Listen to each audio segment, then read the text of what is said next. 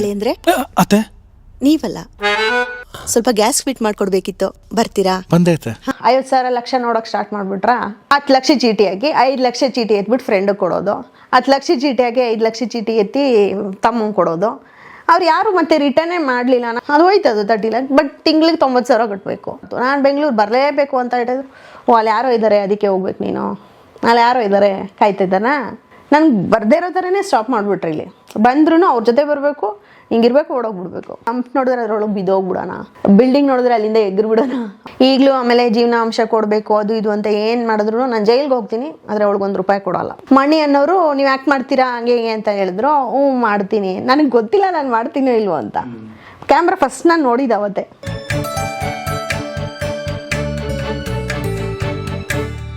ಅಂದರೆ ಡೆಡ್ ಆಪೋಸಿಟು. ನಾವು ಹಿಂಗೆ ಹೋಗೋಣ ಹಿಂಗೆ ಮಾಡೋಣ ಅಂದರೆ ಇಲ್ಲ, ಅದು ಬೇಡ.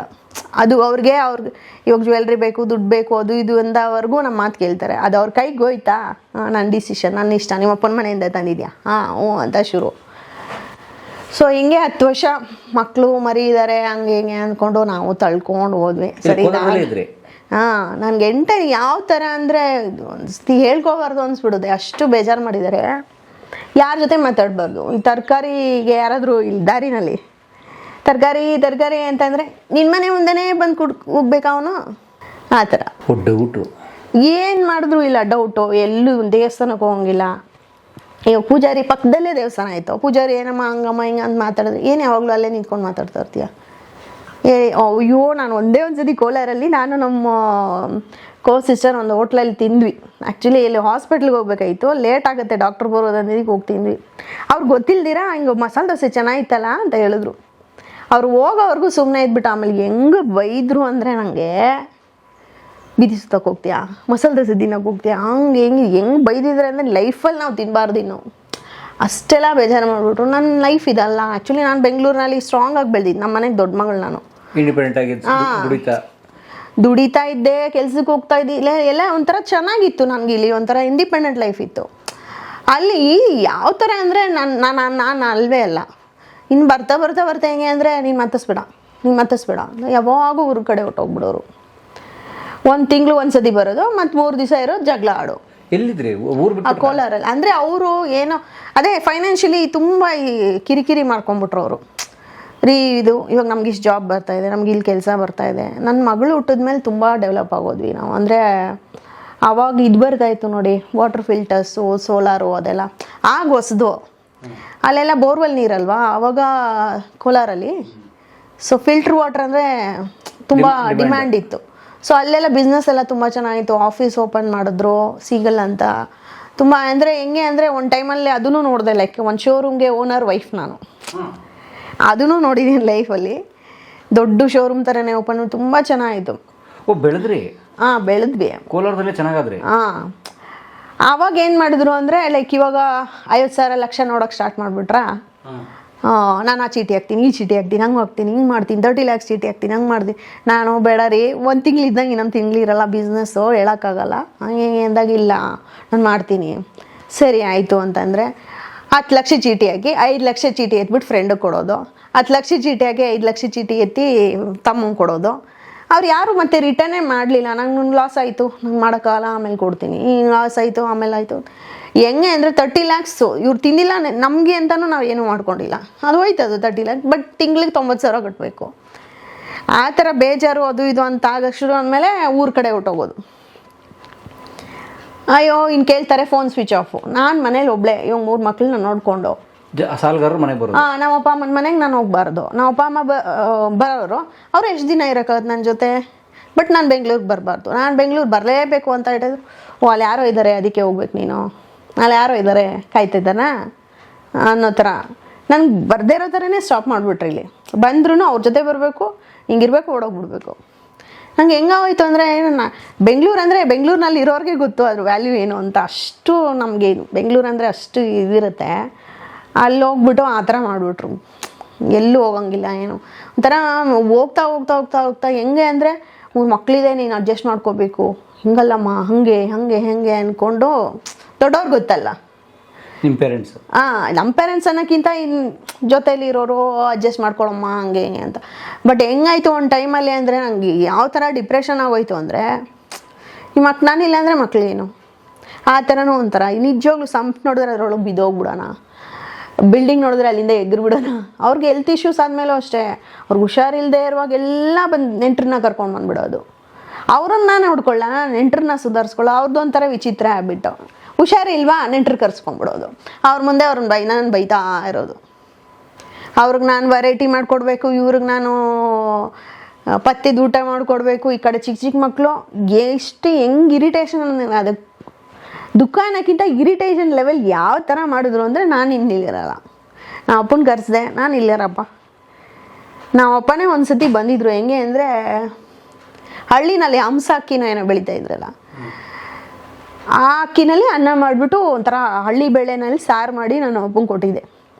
ಹೆಂಗಮ್ಮ ತಿನ್ನೋದು ಇದನ್ನ? ಇದೇ ಮಾಡ್ತಾ ಇರೋದು ನಾವು ಅಪ್ಪಂಗೆ ಅಲ್ಲಿ ತಿನ್ನೋಕ್ಕಾಗಲಿಲ್ಲ. ಅದು ನನಗೂ ಆಗ್ತಾಯಿಲ್ಲ, ಸಣ್ಣಕ್ಕಿ ತರಿಸಿ ಆಗ್ತಿಲ್ಲ, ಇದು ಮಕ್ಕಳು ತಿಂತಿಲ್ಲ ಅಂತ ಹೇಳಿದ್ರು ಇದೇ ತಿನ್ನು, ಬೆಳೆಸಿರೋದೇನಕ್ಕೆ ಇದೇ ತಿನ್ನಬೇಕು ಅಂದರೆ ನೋಡೋರಿಗೆ ಇದಿಷ್ಟೇನಾ ಅನಿಸುತ್ತೆ. ಬಟ್ ಅದು ಫೀಲ್ ಆದವ್ರಿಗೆ ನಾವಪ್ಪ ಅವತ್ತಂದರು, ಯಾಕೋ ನೀವು ಪ್ರತಿಯೊಂದು ವಿಷಯದಲ್ಲೂ ಬೇಕು ಅಂತಲೇ ಇದು ಮಾಡ್ತಾ ಇದ್ದಾನೆ. ಮೇ ಬಿ ಅವ್ರಿಗೆ ಏನು ಅನ್ನಿಸ್ತೋ ಏನೋ. ಅವ್ರ ತಮ್ಮಂದು ಸೆಕೆಂಡ್ ಮ್ಯಾರೇಜ್ ಆಯಿತು. ಒಂದು ನಮ್ಮ ಜೊತೆನೇ ಮದುವೆ ಆಗಿದ್ದು, ಜೋಡಿ ಮದುವೆ. ಆ ಹುಡುಗಿ ಡೈವರ್ಸ್ ಆಗಿ ಈ ಹುಡುಗ ಮದುವೆ ಆದ, ಲೈಕ್ ನಮ್ಮ ಮೈದ. ಅವ್ರಿಗೆ ಹಂಗೆ ಇಂಟ್ರೆಸ್ಟ್ ಬಂದುಬಿಡ್ತೋ ಏನೋ, ಇವರೇ ಆದರೂ ಆರಾಮಾಗಿದ್ದಾರೆ, ನಾನು ಆಗೋಣ. ಅವ್ರಿಗೆ ಏನಕ್ಕೆ ಆ ಥರ ಅನ್ನಿಸ್ತೋ. ಬಟ್ ಅದು ಹೆಂಗೆ ಅನ್ನಿಸ್ತು ಅಂದರೆ, ನನ್ನ ಕೂತರು ತಪ್ಪು, ನಿಂತರೂ ತಪ್ಪು, ಏನಂದ್ರೂ ತಪ್ಪು. ಆ ಥರ ತುಂಬ ಬೇಜಾರು ಮಾಡಿಬಿಟ್ರು. ನನಗೇನು ಹೊಡಿತಾ ಇರಲಿಲ್ಲ, ಬಡಿತಾ ಇರಲಿಲ್ಲ, ತಂದಾಗ್ತಾ ಇರಲಿಲ್ವಾ, ನನಗೇನಿಲ್ಲ, ಎಲ್ಲ ಚೆನ್ನಾಗಿತ್ತು. ಬಟ್ ಆ ಥರ ಆಮೇಲೆ ಇವಾಗ ಹೋಗಿ ಹೋಗಿ ಊರಿಗೆ ಸೇರ್ಕೊಂಡ್ಬಿಡೋರು. ಇಲ್ಲಿ ಆಫೀಸ್ ಹೊಟ್ಟೋಯ್ತು, ಒಬ್ಬೊಬ್ಬರೇ ಎಲ್ಲ ವಾಟರ್ ಫಿಲ್ಟರ್ ಬಿಸ್ನೆಸ್ ಹೋಯ್ತು, ಎಲ್ಲ ಹೋಯ್ತು. ಆಮೇಲೆ ಈ ಬಾಡಿಗೆ ಕಟ್ಟಲ್ಲ, ಅವ್ರು ಫೋನ್ ಎತ್ತಲ್ಲ. ನನ್ನ ಮನೆಗೆ ಬಂದು ಕೇಳು, ನೀನೇನೋ ಮಾಡೋ. ಕಾರ್ ಇತ್ತು, ಕಾರ್ನವ್ರು ನನ್ನ ಕಣ್ಣು ಮುಂದೆ ಬಂದು ಎತ್ಕೊಂಡು ಹೋದ್ರು ಕಾರ್ನ. ಹೆಂಗಿರುತ್ತೆ ನನಗೆ, ಹೆಂಗೆ ಒಂದೊಂದು ಸ್ಟೆಪ್ ಹತ್ಕೊಂಡು ಹೋಗಿ ಒಂದು ಲೆವೆಲ್ಗೆ ಬಂದಿದ್ವಿ, ಒಂದೊಂದು ಸ್ಟೆಪ್ಪೇ ಇಳ್ಕೊಂಡು. ನನಗೆ ಹೆಂಗೆ ಅನಿಸ್ಬಿಡ್ತು ಅಂದರೆ, ಆಮೇಲೆ ಲಾಸ್ಟಲ್ಲಿ ಮದನಪಲ್ಲಿಗೆ ಹೊಟ್ಟೋಗೋಣ, ನಮ್ಮ ತಂಗಿ ಇದು ಅಲ್ಲೊಂದು ಜಮೀನಿದೆ, ಅಲ್ಲಿ ಏನೋ ಮಾಡೋಣ, ಹಾಗೆ ಹಿಂಗೆ. ನಿಮ್ಮ ಜಮೀನಲ್ಲಿ ಮಾಡೋದಲ್ದಿರ ಅಲ್ಲಿ ಯಾಕ್ರಿ ಹೋಗಬೇಕು? ಅವ್ರ ತಂಗಿಗೆ ಸ್ವಲ್ಪ ಒಂಥರ ನಾನೇ ಹೆಚ್ಚು ಅನ್ನೋದು. ಎಲ್ಲ ಒಂದು ಕಡೆ ಈಗೋ ಕ್ಲಾಶ್ ಇದ್ದೇ ಇರುತ್ತೆ. ಅವ್ರು ಹೆಂಗೆ ಅಂದರೆ, ನಾನೇ ಗ್ರೇಟು ಈ ಮನೆಗೆ ಅನ್ನೋ ಥರ ಅವರಿದ್ದರು. ಸೊ ನಾನು ಸ್ವಲ್ಪ ಬೆಂಗಳೂರಿಂದ ಹೋಗಿರೋದ್ರಿಂದ ನಾನು ಬಕೆಟ್ ಹಿಡಿಯೋದು, ಮಸ್ಕ ಹೊಡೆಯೋದೆಲ್ಲ ಮಾಡ್ತಿರ್ಲಿಲ್ವಲ್ಲ. ಸೊ ಇವಳಿಗೆಲ್ಲ ನಾಲೆಜ್ ಇದೆ, ಇವಳೇನು ಇದು ಮಾಡಲ್ಲ. ಬೇರೆಯವರೆಲ್ಲ ಹೋಗಿ ಅಕ್ಕ ಅಂದ್ಕೊಂಡು ಮಸ್ಕ ಹೊಡೆಯೋರು, ನಾನು ಅದೆಲ್ಲ ಇಲ್ವಲ್ಲ. ಸೊ ಅವ್ರಿಗೆ ಒಂಥರ ನಾನು ಎನಿಮಿಟನ್ನೇ ಟ್ರೀಟ್ ಮಾಡ್ತಾಯಿದ್ರು. ಯಾವಾಗ ನನಗೆ ಸ್ವಲ್ಪ ಇರಿಟೇಷನ್ ಆಗ್ತಾಯಿದೆ ಅಂತ ಗೊತ್ತಾಯಿತು, ಅದು ಇನ್ನೂ ಜಾಸ್ತಿ ಮಾಡೋಕ್ಕೆ ಸ್ಟಾರ್ಟ್ ಮಾಡಿದ್ರು. ಅಲ್ಲೇ ಬಾ ಅವ್ರು ನಮ್ಮ ಮನೆಗೆ ಬಂದು, ಇವಾಗ ಮನೆಗೆ ಬಂದಿದ್ದಾರೆ ಹಸ್ಬೆಂಡು, ನಾನು ದಿವಸ ಇದ್ದಾರೆ 2 ದಿವಸ ಇದ್ದಾರೆ ಬಿಡು ಅಂತಂದರೆ ಫೋನು, ಅರ್ಜೆಂಟ್ ಕೆಲಸ ಇದೆ ಬಾ. ನನಗೆ ಅವ್ರಿಗೂ ಗೊತ್ತು ನನಗೆ ಇದು ಇರಿಟೇಷನ್ ಆಗ್ತದೆ, ಹರ್ಟ್ ಆಗ್ತದೆ ಅಂತ, ಇವ್ರಿಗೂ ಗೊತ್ತು. ಬಟ್ ಮಾಡ್ತಾರೆ ತಂಗಿ. ಅವರು ಅಷ್ಟೇ. ನನಗೆ ಹೆಂಗೆ ಅಂದರೆ, ಲೈಫ್ ಲಾಂಗ್ ನಾನು ಈ ಥರ ಇರೋಕ್ಕಾಗಲ್ಲ. ಲೈಫ್ ಇರೋದು ನಮ್ಮ ತಂದೆ ತಾಯಿ ಇವ್ರು ಏನೋ ಮಾಡಿದ್ದಕ್ಕೆ ಅಳು ಅಂತನೋ, ಇಲ್ಲೋ ನಿಂಗೆ ಸಹಿಸೋಕ್ಕಾಗ್ದಿರೋ ಸಾಯಿ ಅಂತನೋ ನಮ್ಮ ತಂದೆ ತಾಯಿ ಹುಟ್ಟಿಸಿಲ್ಲ. ಸೊ ನನಗೂ 3 ಮಕ್ಕಳಿದ್ದಾರೆ. ನನಗೆ ಈ ಅಟ್ಮಾಸ್ಫಿಯರಲ್ಲಿ ನನಗೆಲ್ಲಿ ಇರೋಕ್ಕಾಗಲ್ಲ. ನಾನು ಇಲ್ಲಪ್ಪ, ನಾನು ಬಂದುಬಿಡ್ತೀನಿ ಬೆಂಗಳೂರಿಗೆ. ಸೊ ಆಯ್ತಮ್ಮ, ಇದು ನಮ್ಮಪ್ಪ ಹೇಳಿದ್ರು, ನೀನು ಬೆಂಗಳೂರಿಗೆ ಬರ್ಬೋದಾ, ಆದರೆ ನಿನ್ನ ಕಾಲ ಮೇಲೆ ನೀನು ನಿಂತ್ಕೋಬೇಕು. ಯಾಕಂದರೆ ನಿಮಗೂ ತಮ್ಮ ಇದ್ದಾನೆ, ನಿನ್ನ ಕಾಲ ಮೇಲೆ ನೀನು ನಿಂತ್ಕೊಳ್ತೀಯಾ, ಹಂಗಿದ್ರೆ ಬಾ ಅಂದರೆ ಕೆಟ್ಟದಾಗೆಲ್ಲ. ಬಟ್ ಅದು ಪ್ರಾಕ್ಟಿಕಲಾಗಿ ಅವ್ರು ಕರೆಕ್ಟಾಗಿ ಹೇಳಿದ್ರು. ಸರಿ ಆಯಿತು ಅಂದ್ಬಿಟ್ಟು ನಾನು ಅವಾಗ ಡಿಸಿಷನ್ ತೊಗೊಂಡು ನಾನು ಬೆಂಗಳೂರಿಗೆ ಬಂದೆ. ಲೇ ಕಿತ್ತೋದೋಳೆ, ಇವತ್ತೊಂದು ನಿಜ ಹೇಳ್ತೀನಿ ಕೇಳಿಸ್ಕೊ. ನಿಜವಾಗ್ಲೂ ಕೊರಕೆ ಹೊಡಿದು ಅವನಲ್ಲ ಕಣೆ ನೀನು. ಸೊ ಅವಾಗ ನಾನು ಜಾಬ್ ಮಾಡಲೇಬೇಕಾಗಿ ಇಲ್ಲ, ನಾನು ಬಿಟ್ಟೆ, ನಾನು ಡೈವರ್ಸ್ ಆಯಿತು. ಲೀಗಲಿನೇ ಆಗೋಯ್ತು. ಲೀಗಲಿನೇ. ಅವ್ರೇನದಕ್ಕೆ ಇಲ್ಲ ಬಿಡ್ಬೇಡ ಅಂತ ಹೇಳಿಲ್ಲ. ಅವ್ರಿಗೇನು ಪ್ರಾಬ್ಲಮ್? ಇವಾಗ ನಾನು ಅಲ್ಲಿದ್ದರೆ ಅವ್ರಿಗೆ ಏನು ಪ್ರಾಬ್ಲಮ್ಮು? ಏನೋ ಅವ್ರು ಅಲ್ಕೊಂಡು ಬಂದರೆ ನಾನು ಮನೆ ನೋಡ್ಕೊತಾ ಇದ್ದೆ, ಬಂದರೆ ಮಾಡಾಗ್ತಾ ಇದ್ದೆ. ಯಾರು ಬಿಡಲ್ಲ, ನಾವೇ ಸ್ಟ್ರಾಂಗ್ ಡಿಸಿಷನ್ ತೊಗೋಬೇಕು. ಒಂಥರ ಅಬ್ಜೆಕ್ಟ್ ಮಾಡಿದ್ರು, ಬಿಡಕ್ಕೂ ಏನೂ ಅಂದಿಲ್ಲ. ನಿಂಗೆ ಇರಂಗಿದ್ರೆ ಇರು, ಹೋಗಂಗಿದ್ರೆ ಹೋಗು. ನನಗೆ ಹೆಂಗೆ ಅನಿಸ್ಬಿಡ್ತು ಅಂದರೆ, ಅದು ನಿಜನೋ ಸುಳ್ಳ ನಂಗೆ ಗೊತ್ತಿಲ್ಲ. ಅವ್ರು ಬೇರೆ ಏನೋ ಮೈಂಡಲ್ಲಿ ಓಡ್ತಾ ಇದೆ, ಇಲ್ಲ ಬೇರೆ ಏನೋ ಅಫೇರ್ ಇರ್ಬೋದು, ನನಗೆ ಗೊತ್ತಿಲ್ಲ ಅಂದಮೇಲೆ ನಾನು ಹೇಳೋಕ್ಕಾಗಲ್ಲ. ಸೊ ಬಟ್ ನನ್ನ ನೋಡಿದ್ರೆ ಅಂತೂ ಒಂಥರ ಇರಿಟೇಷನ್. ನನಗೆ ಎಷ್ಟು ಒಳ್ಳೆಯವಳು.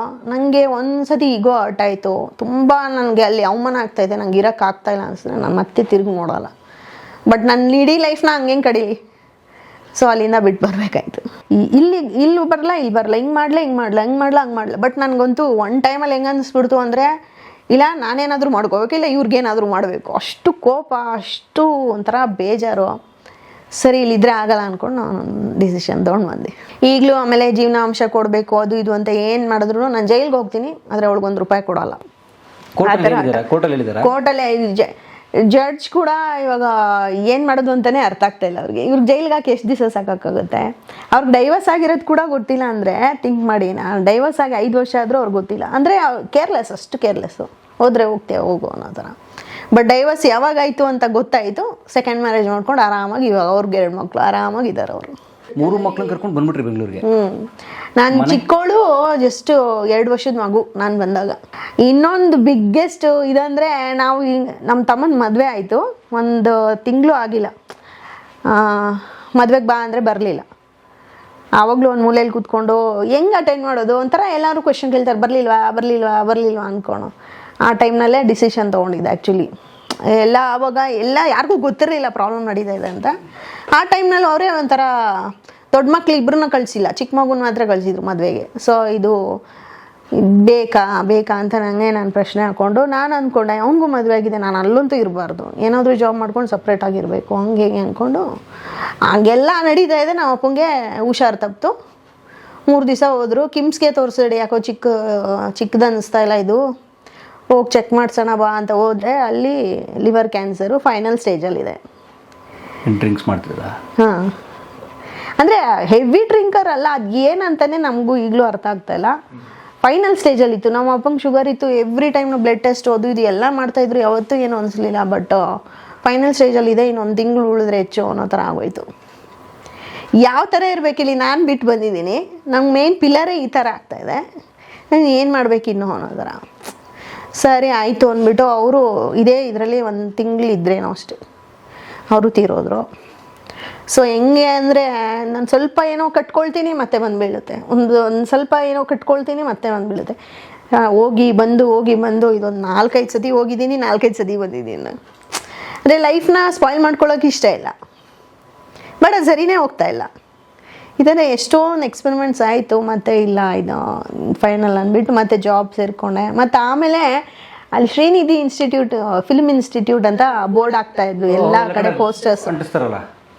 ನಾನು ಬಸ್ ಸ್ಟಾಪ್ಗೆ ಹೋಗಿ ಕೂತ್ಕೊಂಡು ಎಲ್ಲಾದ್ರೂ ಹೋಗ್ಬೇಕಂದ್ರೆ ಅದು ಎಲ್ಲ ಕಡೆ ಹಾಕಿರೋರು.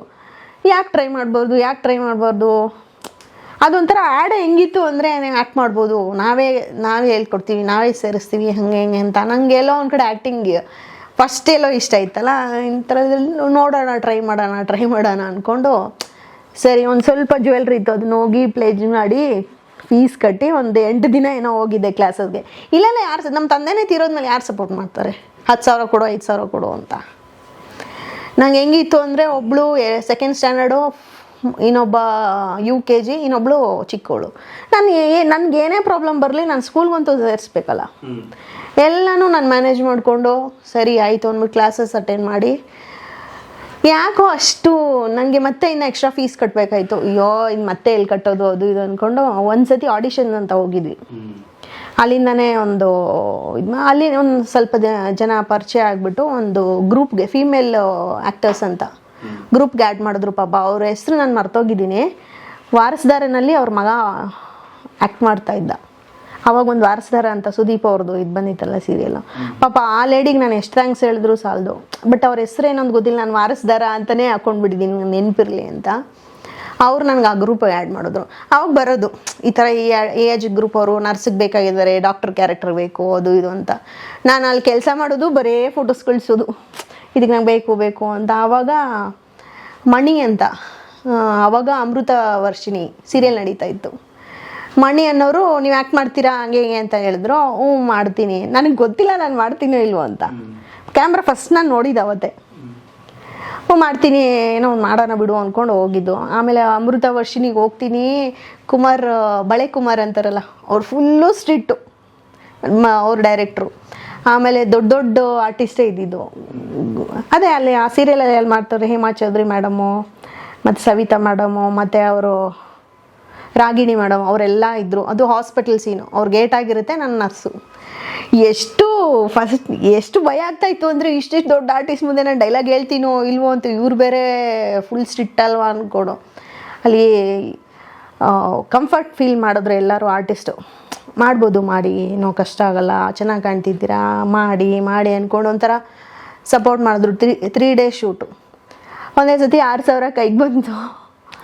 ನಾನು ತಿಂಗಳಿಗೆ ದುಡಿದ್ರೆ 10,000, ಇಲ್ಲಿ 3-4 ದಿನ ನೋಡಿದ್ರೆ 6,000ನಾ? ಇಷ್ಟು ಈಸಿನಾ? ನನಗೆ ಹೆಂಗೆ ಆ ಥರ ಬಂದ್ಬಿಡ್ತು. ಆವಾಗ ನನಗೆ ಕೋರ್ಟ್ ಕೇಸು, ಸ್ಕೂಲ್ದು ಅಲ್ಲಿ ಇಲ್ಲಿ ಓಡಾಡೋದಿತ್ತು, ಮಧ್ಯದಲ್ಲಿ ರಜಾ ಅದು ಇದು ಅಂತ ಬೇಕಿತ್ತು.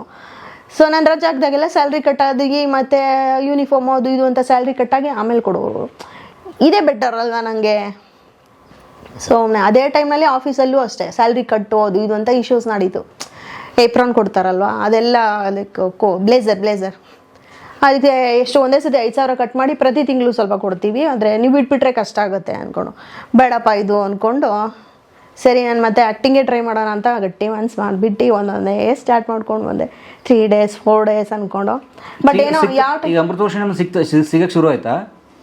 ಅದ್ರಲ್ಲಿ ಜಸ್ಟ್ ನರ್ಸ್ ಕ್ಯಾರೆಕ್ಟ್ರು. ಅದಾದಮೇಲೆ ತೆಲುಗುನಲ್ಲಿ ಕ್ರೈಮ್ ಸ್ಟೋರೀಸು ಅದು ಇದು ಇಲ್ಲೇ ಬಂದು ಮಾಡೋರು. ಸೊ ಒಂದೊಂದೇ ಸಿಕ್ತು. ನಿಜವಾಗ್ಲೂ ನನಗೆ ಇಷ್ಟು ದೂರ ನಾನು ಬಂದ ಅನಿಸುತ್ತೆ. ಯಾವ ಮಂಡೈರ್ಯದಲ್ಲಿ ನಾನು ಕೆಲಸ ಬಿಟ್ಬಿಟ್ಟು ಇದನ್ನೇ ಮಾಡೋಣ ಅಂತ ಸ್ಟಾರ್ಟ್ ಮಾಡೋದು, ಅದು ಹೆಂಗೆ ಸಿಕ್ತೋ. ಬಟ್ ಫ್ರೆಂಡ್ಸು ತುಂಬ ಸಪೋರ್ಟ್ ಮಾಡಿದ್ದಾರೆ, ತುಂಬ ಹೆಲ್ಪ್ ಮಾಡಿದ್ದಾರೆ. ಲೈಕ್ ಈ ಥರ ಇಲ್ಲಿದೆ ನೋಡಿ, ಹೋಗಿ ಹಿಂಗೆ ಮಾಡಿ ಟ್ರೈ ಮಾಡಿ. ಮತ್ತು ಗ್ರೂಪಲ್ಲೂ ಅಷ್ಟೇ ಯಾವ ಬಂದರೂ ಫೋಟೋಸ್ ಹಾಕೋದು, ಇದ್ರೆ ಹೇಳಿ ಅಂದ್ಕೊಂಡು ಹಾಗೆ ಹೆಂಗೋ ಸ್ಟಾರ್ಟ್ ಆಯಿತು. ಈಗಲೂ ಅಷ್ಟೇ ನನಗೆ ಬೇರೆ ಯಾವ ಜಾಬ್ ಮಾಡಿದರೂ ಇಷ್ಟು ಖುಷಿಯಾಗೂ ಇರ್ತಿರಲಿಲ್ಲ, ಏನೂ ಇಲ್ಲ. ಇಲ್ಲಿ ಒಂದೊಂದು ತಿಂಗಳು ಪ್ರಾಬ್ಲಮ್ ಆಗುತ್ತೆ ಅನ್ನೋದು ಬಿಟ್ಟರೆ ನಂಗೆ ಚೆನ್ನಾಗೇ ಇದೆ. ಎಲ್ಲೋ ಒಬ್ಬೊಬ್ರು ಲೇಟಾಗಿ ಕೊಡ್ತಾರೆ, ಬಟ್ ಕೊಡದೆ ಯಾರೂ ಮೋಸ ಮಾಡಿಲ್ಲ. ಒಂಥರ ಎಲ್ಲರೂ ಅಷ್ಟೇ, ಪಾಪ ಹುಡುಗಿ ಕೊಡಪ್ಪ, ಎಲ್ಲರಿಗೂ ಗೊತ್ತು ಹೆಚ್ಚು ಕಮ್ಮಿ ಪ್ರಾಬ್ಲಮ್. ಚಿಕ್ಕ ಮಕ್ಕಳು ಪ್ರಾಬ್ಲಮಲ್ಲಿದ್ದಾಳೆ, ಅವಳಿಗೆ ಇದು ಮಾಡಪ್ಪ, ಅವ್ಳು ಪೇಮೆಂಟ್ ಕ್ಲಿಯರ್ ಮಾಡಿಬಿಡಿ ಅಂದ್ಕೊಂಡು ಸುಮಾರು ಜನ ಕೆಲಸ ಕೊಡ್ತಿದ್ದಾರೆ. ಎಲ್ಲ ಮ್ಯಾನೇಜರ್ಸ್ಗೂ ನಾನು ಥ್ಯಾಂಕ್ಸ್ ಹೇಳೋಕ್ಕೆ ಇಷ್ಟಪಡ್ತೀನಿ. ಅದಾದಮೇಲೆ like short movie journey start. Friend ಇಲ್ಲೇ ಇರೋದು ಆಶಾ ಅಂತ. ನಾನು ತುಂಬ ದುಡ್ಡು ವೇಸ್ಟ್ ಮಾಡ್ತಾಯಿದ್ದೆ. ಹಿಂಗೆ ಬಂದ ತಕ್ಷಣ ಕಾಸ್ಟ್ಯೂಮ್ ತೊಗೊಳೋದು, ಅದು ತೊಗೊಳೋದು, ಇದು ತಿನ್ನೋದು, ಅದು ತರೋದು, ಇದು ಮಾಡೋದು. ಆಮೇಲೆ ಅವರು ಸ್ವಲ್ಪ ಸೇವಿಂಗ್ಸ್ ಅದು ಇದು ಅಂತ ಅವ್ರು ಚೀಟಿ ನಡೆಸೋದು, ಅದು ದುಡ್ಡು ವೇಸ್ಟ್ ಮಾಡಬೇಡಿ, ಸೇವ್ ಮಾಡಿ.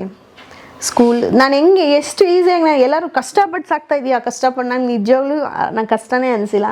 ಪ್ಲ್ಯಾಂಡಾಗಿ ಮಾಡಿದ್ರೆ ಯಾವುದೂ ಕಷ್ಟ ಅನಿಸಲ್ಲ. ನಾನು ಇದನ್ನೇ ತುಂಬ ಜನ ಲೇಡೀಸ್ಗಾಗಲಿ ಇಲ್ಲ ಮಿಡಲ್ ಕ್ಲಾಸ್ ಅವ್ರಿಗೆ ಹೇಳೋಕ್ಕೆ ಇಷ್ಟಪಡೋದು ಇದನ್ನೇ. ನಾಳೆ ಸ್ಕೂಲ್ ಫಿಸ್ಟು ಲಾಸ್ಟ್ ಡೇಟು ಅನ್ನೋವರೆಗೂ ನೀವು ಏನು ಮಾಡ್ತಿರ್ತೀರ? ಏನಾದರೂ ಮಾಡಬೇಕಲ್ವಾ? ನಾನು ದುಡ್ಡನ್ನು ಯಾವತ್ತೂ ವೇಸ್ಟ್ ಮಾಡಿಲ್ಲ. ಲೈಕ್ 1-2 years ಅಂದರೆ ನೀಡಿತ್ತು. 0 ಸ್ಟಾರ್ಟ್ ಮಾಡಿದ್ದೆ, ಪ್ರತಿಯೊಂದು ತೊಗೋಬೇಕಿತ್ತು ನಾನು. ಸೊ ಬಟ್ ಸೇವಿಂಗ್ಸ್ ಅಂತ ಸ್ಟಾರ್ಟ್ ಮಾಡಿದೆ ನಾನು. ಎವ್ರಿ ಮಂತ್ 10,000 ನಂದಲ್ಲ ಅಂತ ನಾನು ಸೇವ್ ಮಾಡ್ತೀನಿ. ಇವಾಗ ಸ್ಕೂಲ್ ಸ್ಟಾರ್ಟ್ ಆಯಿತಾ, ಒಂದೇ ಸತಿ ಹೋಗಿ ಕಟ್ತೀನಿ. ಅಲ್ಲಿ ಸ್ಕೂಲಲ್ಲೂ ಅಷ್ಟೇ, ಪಾಪ ಅವರು ಅಷ್ಟೇ ಡಿಸ್ಕೌಂಟ್ ಕೊಡ್ತಾರೆ. 3 ಮಕ್ಳಿಗೆ ಹಾಕಿದ್ದೀವಿ ಸರ್, ಈ ಥರ ಹೆಂಗಿದೆ ಅಂತಂದಾಗ ಅವರು ಪಾಪ ಒಂದೇ ಸತಿ ಕಟ್ಬಿಡಿ, ನಾವು ಒಂದು 30,000 40,000 ಕಮ್ಮಿ ಮಾಡ್ತೀವಿ ಅಂದರೆ ನನಗೆ ಎಷ್ಟೋ ಸೇವ್ ಆಯ್ತಲ್ಲ ಸರ್. ನಂಗೆ ಅದು ಬರ್ಡನೇ ಅನಿಸಿಲ್ಲ. ನನ್ನ ಮಕ್ಕಳು ಫೀಸ್ ಕಟ್ಟೋದು ಬರ್ಡನೇ ಅನಿಸಿಲ್ಲ. ಸೊ ಎಲ್ಲರನ್ನು ಪ್ರೈವೇಟಲ್ಲೇ ಓದಿಸಿದಿರಿ? ಹೌದು, ಇಲ್ಲ ಅನ್ನಪೂರ್ಣೇಶ್ವರಿ ಪ್ರೈವೇಟೇ ಅಂತ ಅಂದ್ಕೊಂಡು ಮಕ್ಕಳನ್ನ ಪ್ರೈವೇಟಲ್ಲಿ ಓದಿಸ್ತಾ ಜೀವನ ನಡೆಸ್ತಾ. ನಂಗೆ ನಿಜವಾಗ್ಲೂ ಅದು ನಿಂಗೆ ಎಲ್ಲೂ ಕಷ್ಟ ಅನಿಸಿಲ್ಲ. ನಾನು ಏನೂ ಅನಿಸ್ಲಿಲ್ಲ ಆ್ಯಕ್ಚುಲಿ. ಅಂದರೆ 1 ಲಕ್ ಏನಂದರೆ ನನಗೆ ನಮ್ಮ ತಂದೆ ಸ್ವಂತ ಮನೆ ಇರೋದ್ರಿಂದ ಬಾಡಿಗೆ ಕಟ್ಟೋದಿಲ್ಲ.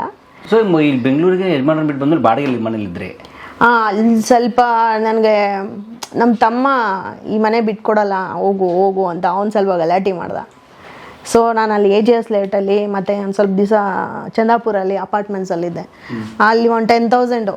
ಸೊ ಇನ್ನು ನಾನು ಇದನ್ನೇ ನಂಬ್ಕೊಂಡು 10,000 ಕಟ್ಟೋಕ್ಕಾಗೋದು ಇಲ್ವೋ ಅಂದ್ಬಿಟ್ಟು ಅರ್ಬನ್ ಕಂಪ್ನಿನಲ್ಲಿ ಆ್ಯಸ್ ಅ ಶೆಫಾಗೂ ಕೆಲಸ ಮಾಡಿದ್ದೀನಿ 6 months ಏನೋ.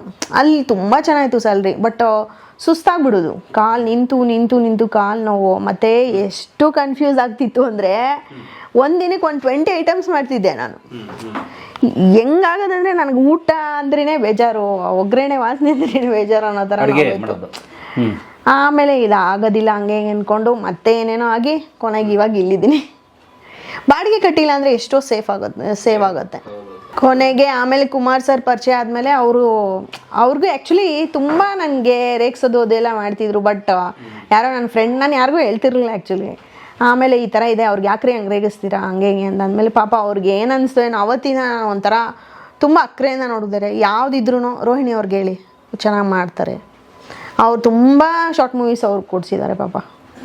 ಅದು ಶಾರ್ಟ್ ಮೂವೀಸಲ್ಲಿ ಪೇಮೆಂಟ್ ಬರುತ್ತೆ ಚೆನ್ನಾಗಿ ಸರ್, ಎಲ್ಲದಕ್ಕಿಂತ ಬೆಸ್ಟು ಸರ್. ಓ ತುಂಬ ಹಳೆಬ್ರಾದರೆ ಲೈಕ್ ನಮ್ಗೆ ಯಾರು ಚಾನ್ಸ್ ಕೊಟ್ಟರು ಅವ್ರು ಎಷ್ಟು ಕೊಡ್ತಾರೋ ನಾವು ಕೇಳೋದೇ ಇಲ್ಲ, ಸರಿ ಆಯಿತು ಸರ್ ಅಂತೀವಿ. ಈಗ ಹೊಸ ಹೊಸ ಟೀಮು ಸುಮಾರು ಸ್ಟಾರ್ಟ್ ಆಗಿದೆ.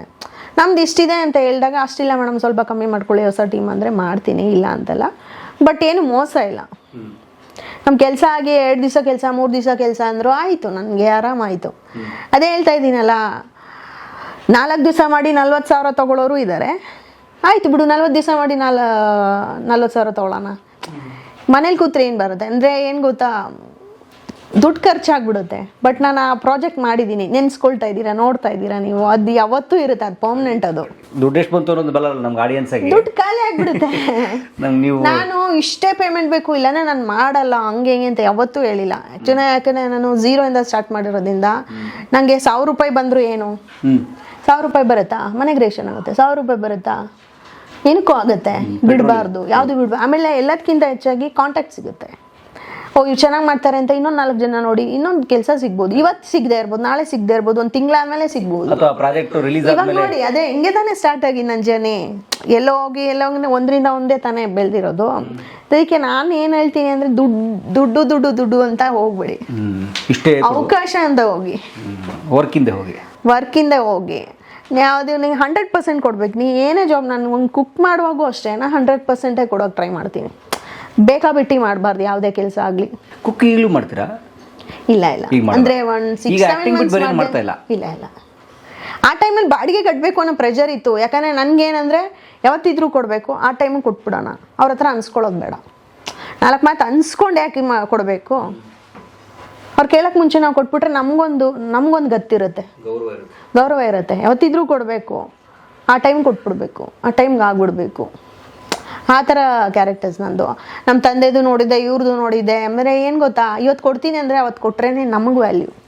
ಏನು ಅನ್ಕೊಂಡ್ಬಿಡ್ತಾರೆ, ನಾಳೆ ಕೊಟ್ಟರಾಯ್ತು, ನಾಡೋದು ಕೊಟ್ಟರಾಯ್ತು. ಯಾವತ್ತಿದ್ರೂ ಕೊಡಬೇಕು ಅಂತ ನಿನ್ನ ಮೈಂಡಲ್ಲಿ ಇದೆಯಾ, ಕೊಡು, ಇವತ್ತೇ ಕೊಡು. ತಿಂಗಳಿಡೀ ಏನು ಮಾಡ್ತಿದ್ದೆ, ಆ ಥರ ಇರಬೇಕು. ಇಲ್ಲಾಂದರೆ ಯಾರು ನಂಬ್ತಾರೆ? ಮತ್ತೆ ನಮ್ಮ ನಂಬಿಕೆ ನಾವೇ ಉಳಿಸ್ಕೊಂಡಿಲ್ಲ ಅಂದಮೇಲೆ ಬೇರೆ ಯಾರು ನಂಬ್ತಾರೆ ಹೇಳಿ?